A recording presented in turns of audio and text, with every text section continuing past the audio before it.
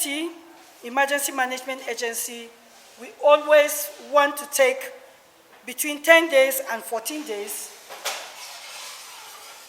to carry out some activities before the D-Day, which is 13th of October.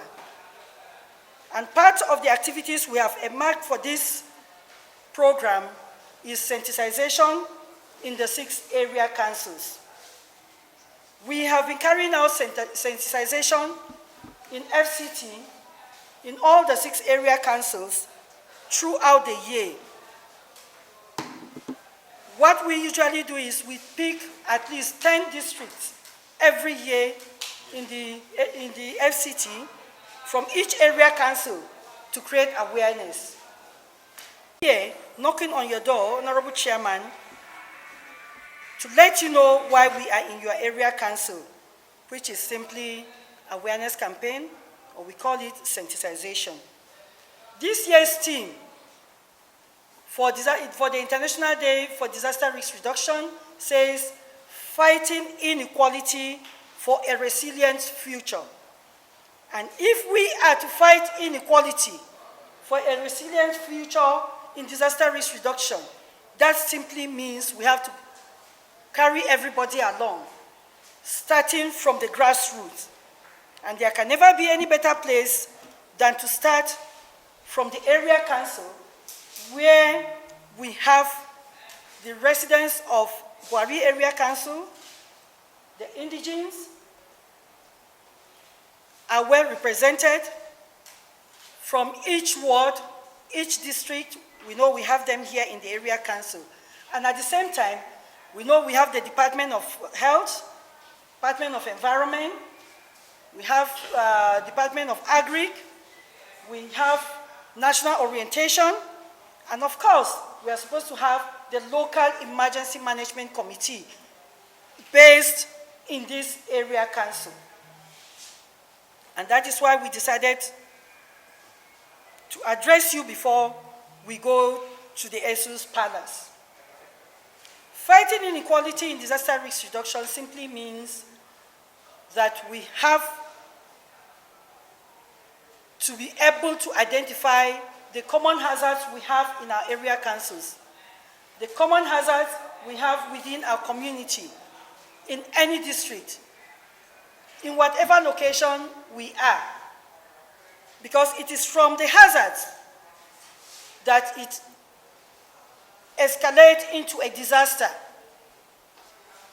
If we identify Bwari Area Council to have the common hazards of maybe flooding, building collapse, outbreak of epidemic, communal crisis, attacks from different communities, incident, fire outbreak. If we are able to identify that those are the common hazards we have around here. And of course, I will not forget to mention 8th tremor, which we had in Pape, and Pape is under Bwari Area Council. We have to include that. Once you are able to identify such hazards, it is expected that you think of how you can prevent it. Members of that community are expected to work on it to see how they can prevent it. If they cannot prevent it, they should be prepared to mitigate it, to reduce the impact on the community of that location. And that is why, Mr. Chairman, sir, we have come to point out these issues that have always pondered in our hearts. We are all disaster managers. In disaster risk reduction, it's not just meant for an agency or just the government. Disaster management is everybody's business, including children that are of school age. That is why we are here. It is expected that to carry the community along, we have to start from the grassroots And disaster management or disaster risk reduction starts from bottom going up, not from up to down, no. Bottom in what sense? Members of the community. The local emergency committee that is supposed to be located or should have an office here in the area council will work alongside with them to respond to whatever disaster has happened before the arrival of FCT, Emergency Management Agency, who is the coordinating agency in terms of disaster management. Like I said, it's a multi-agency issue. It's not just for one agency. Disaster risk reduction or disaster management is not for one MDA. If it is a building collapse, we know we have to get men of the fire service, we call development control, and other stakeholders, and we join hands together to see how we'll be able to carry out the rescue operations and evacuate the people that are trapped in that building. Within 3 minutes, you get response. The response team will arrive. Our response time is 5 minutes, but we are working hard to reduce it to 3 minutes. Why? Because of the structures we have put in place. If we have the local emergency committee in Bwari Area Council put in place, and we already have local divers, vanguards, volunteers, disaster marshals, town criers, and we have our outstation of fire service, the FCT fire service, in the area council here. Then members of the community, they will swing into action within minutes, within seconds, and in less than 3 minutes, you find that response will be there.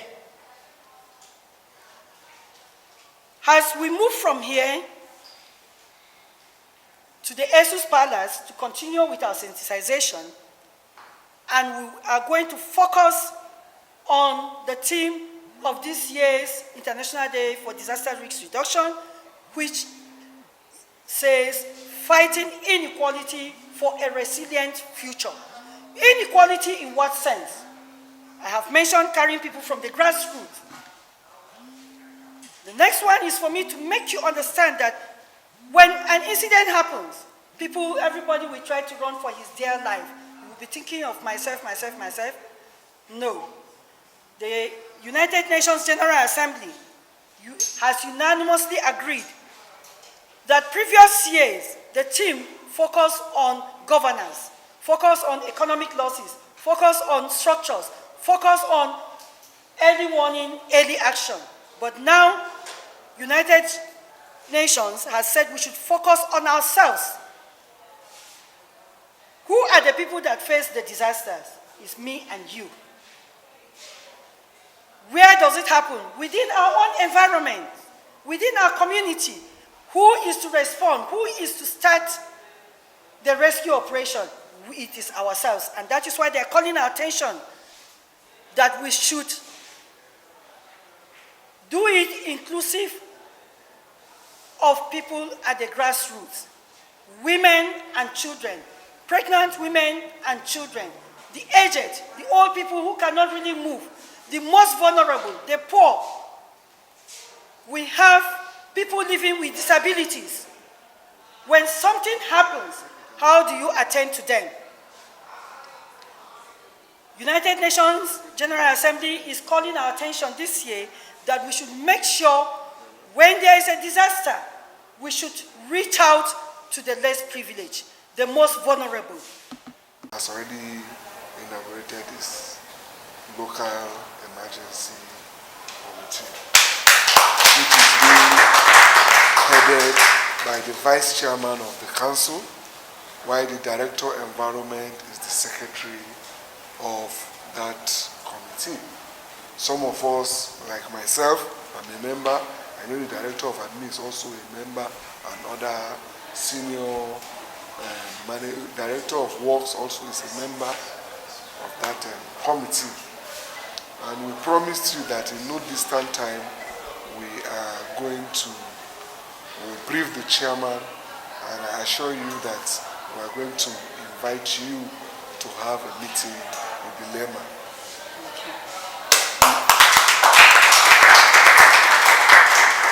You've enumerated a lot of issues, from flooding, it's just disaster. The whole thing is disaster management.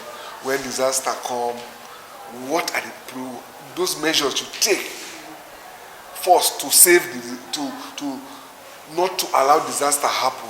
And even when it happens, what are the measures you take? I know the council has been taking a lot of measures and will continue to take plenty of such measures. Waste. Why? Because we discover that people are throwing waste in the gutter, and that could lead to disaster. And other forms of disaster management, we've been trying from the angle of the council to see how we could reduce it to the barest minimum.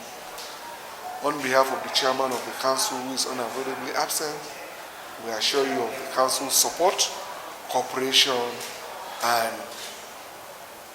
undying to see that the mandate of FCT FEMA will be achieved, most especially in Bwari.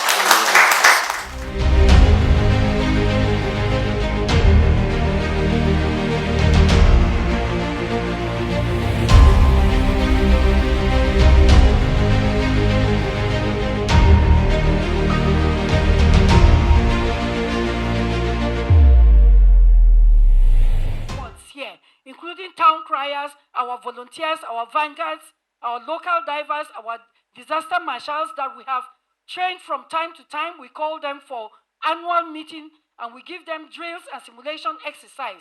I'm glad that all the area councils we went to, our representatives, our local divers, our volunteers, vanguards, and disaster marshals and town criers, most of them come out to join us, and I can identify one of them here, the head of youth.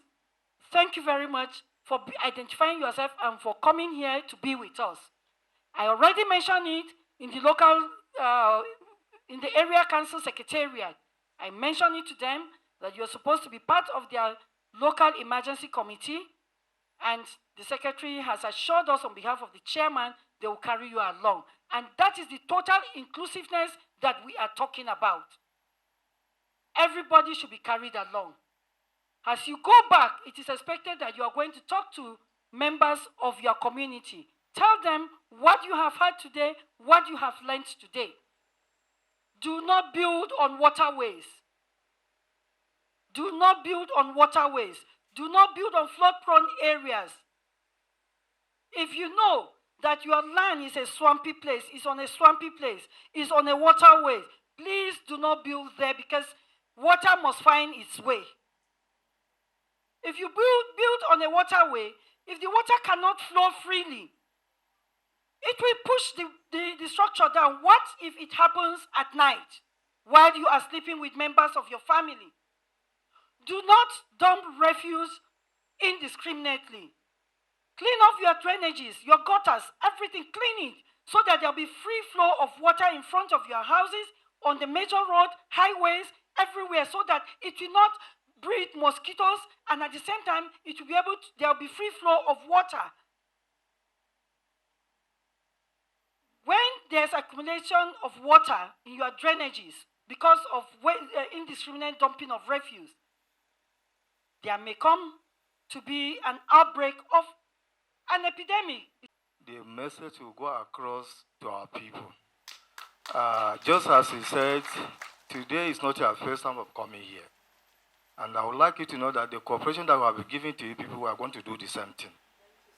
Actually, you made mention about building by waterway, about building under the high tension. It is very dangerous. But some people don't know that.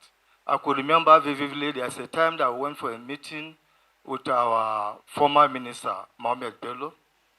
He said he have given us go ahead with the traditional rulers.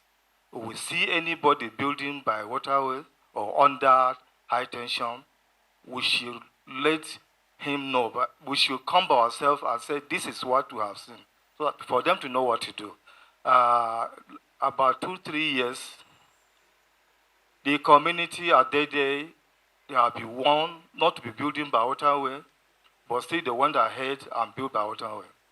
After some days, believe me, rain fell and it washed many people around that area. I think by that time it teaches some people sense because some people by themselves, they were parking, they are going to look for land elsewhere. So we can't wait for that to happen first. A life doesn't have a duplicate. They used to say prevention is better than cure. And by God's grace, we will prevent ourselves. We need to prevent ourselves. And we are always at your support. Thank you very much.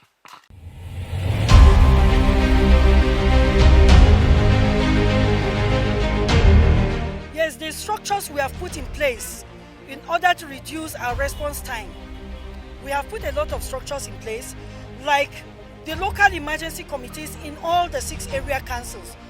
We are activating them. We are trying to train them. We have given them some training, drills. We have drills and simulation exercises that we have given them. Then we have our local divers. We have our volunteers. We have disaster marshals. We have put all of them in place, and they are all cut across the 6 area councils. They are there. Their presence there will reduce our response time because we have given them the basic training they need to carry out rescue operations of any kind. And the local emergency committee is also there with the national orientation. They are also going out there. They go out to carry out sensitization almost every week, and that is why we believe in it. Then secondly, we now have a power bike. We have a power bike that we are using. You know, the problem we have again on the road, when we have an ambulance and we are trying to respond to a distress call, on our way, the siren is on, people are refusing to give us right of way, they'll be struggling on the road with us. So we have succeeded in securing a power bike. The first 2 respondents takes off immediately after we receive the distress call, and they take off. Then we now follow with the ambulance and our utility vehicles, and at the same time activate other stakeholders in order to save lives and properties.